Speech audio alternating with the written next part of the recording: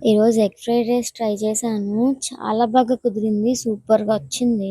ఎలా చేసుకోవాలో ప్రాసెస్ చూపిస్తాను. ముందుగా లైక్ చేసి, ఫాలో చేసి, సేవ్ చేసుకోండి.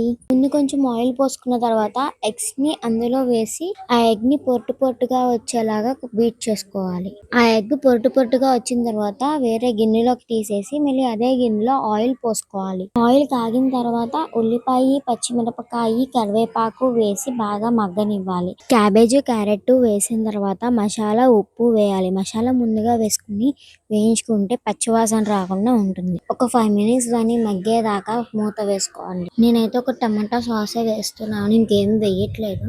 బాగా మిక్స్ చేసుకున్నాక ముందుగా తీసుకున్న ఆ ఎగ్ పొట్టుని మనం ఇందులో కలుపుకోవాలి. ఎగ్స్ వేసి కలిపిన తర్వాత రైస్ తీసుకోండి. నేనైతే 1 గ్లాస్ రైస్ 4 ఎగ్స్ తీసుకున్నా. మన టేస్ట్ కి తగిన ఉప్పు, కారం వేసుకొని బాగా కలుపుకోండి.